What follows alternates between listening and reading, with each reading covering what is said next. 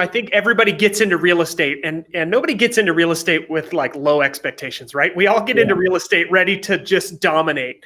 And the hope, I think, for every agent and our hope for every agent is that they graduate to whatever the next level is. Like, and you're a really good example of that, AJ, to say, look, I started small and wasn't super successful in my first year, but I made some changes. I hired a coach. I practiced the things that they were teaching me, did 36 transactions your second year.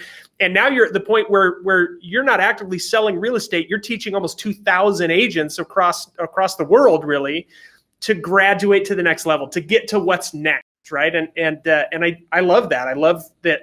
I love what you said. It's okay to start small, just so long as we start somewhere.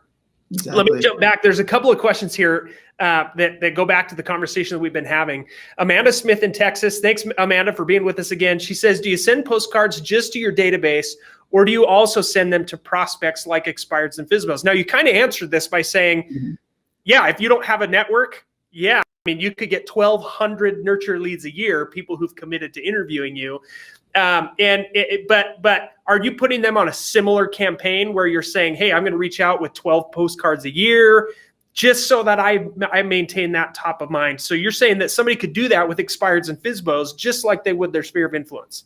Yep, exactly. You'll grow so much faster if you start doing that from day one. Like my first 2 years, I mean, all I did was call, and I called like 2 to 3 hours a day, and I did that 5 days a week, and I made a great living from it. But I never started to get that momentum from referrals. So the sooner you can transition them into this campaign that I'm talking about, the better. And it's really natural. It's funny, you know, a lot of times when you're calling expireds, a lot of times they're expired because, you know, it's a investor or it's, you know, just a homeowner who happens to have one rental, and they're like, oh, well, we just got a new tenant in there. They really want to sell it, but because it didn't sell while it was vacant, it's, you know, rented again. And they'll tell you, hey, yeah, we do want to sell this property, but we got a new tenant in it. So next year, yeah, we'll look at selling it again. So I'd be like, all right, great. So when that tenant moves out, you'll be open to interviewing me for the job of selling the home? Yeah, okay, great. Well, that's a nurture now because I confirm they'll interview me. But it's like a year from now, and you want to call them like probably 3 months for sure before the lease is set to expire, minimum. That's all I was doing. So I would catch them usually before they went to list it again, but they didn't remember me. They had no idea who I was. So yeah, I was probably getting my foot in the door before another agent, but they didn't remember me. Imagine if I had been either calling, texting them, or emailing them once a month, inviting them to client appreciation parties, inviting them to come pick up a Thanksgiving Day pie. They would at least know who I am.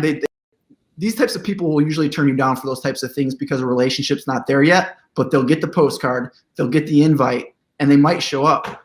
So for example, if it's somebody that I haven't done business with yet, it's an expired, but they're a nurture, I can just call them and say, hey, you know, I know we haven't done business yet, but I'm having a VIP party coming up. It's a fall party. It's for the whole family. We have bounce houses. We have, you know, face painters. We have a whole barbecue catering going on.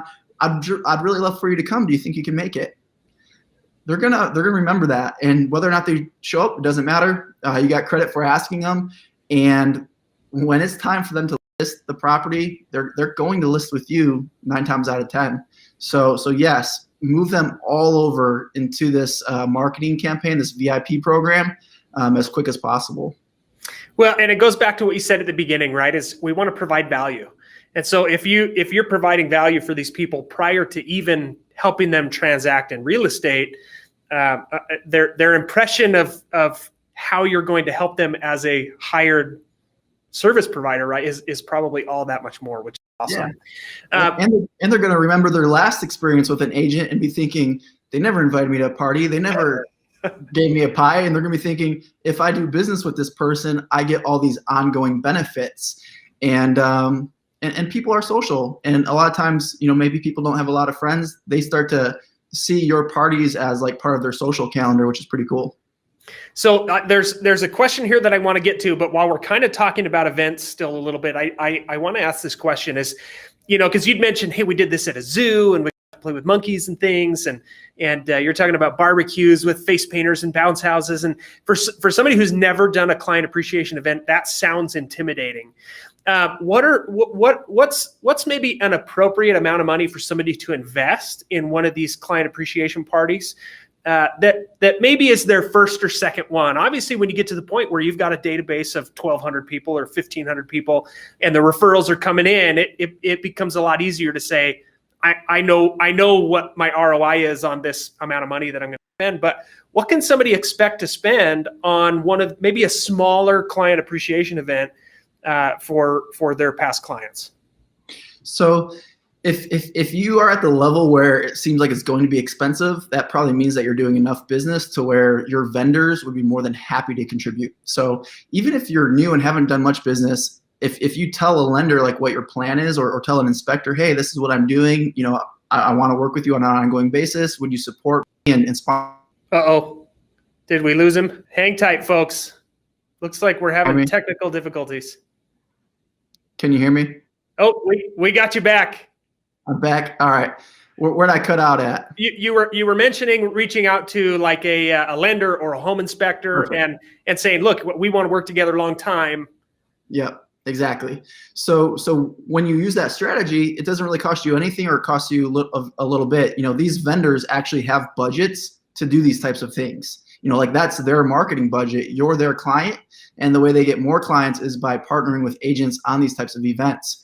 So, but let's just say you had no vendors. I mean, there's parks that have free reservations for, pavilions that you could use. You could have a local company cater it, and you actually go pick up the trays of pulled pork and you get your buns from Costco. I mean, you could do it for a couple $100s if it was all out of your pocket. But I would highly recommend getting your vendors involved. They may or may not want to show up. Doesn't matter either way. But when you send out the postcard for the event, their little logo can be on it. They just want to know that when the time comes, you're going to recommend them. And so it should honestly be, even for a big one, out of your pocket, it should be less than $1,000 with partners and everything.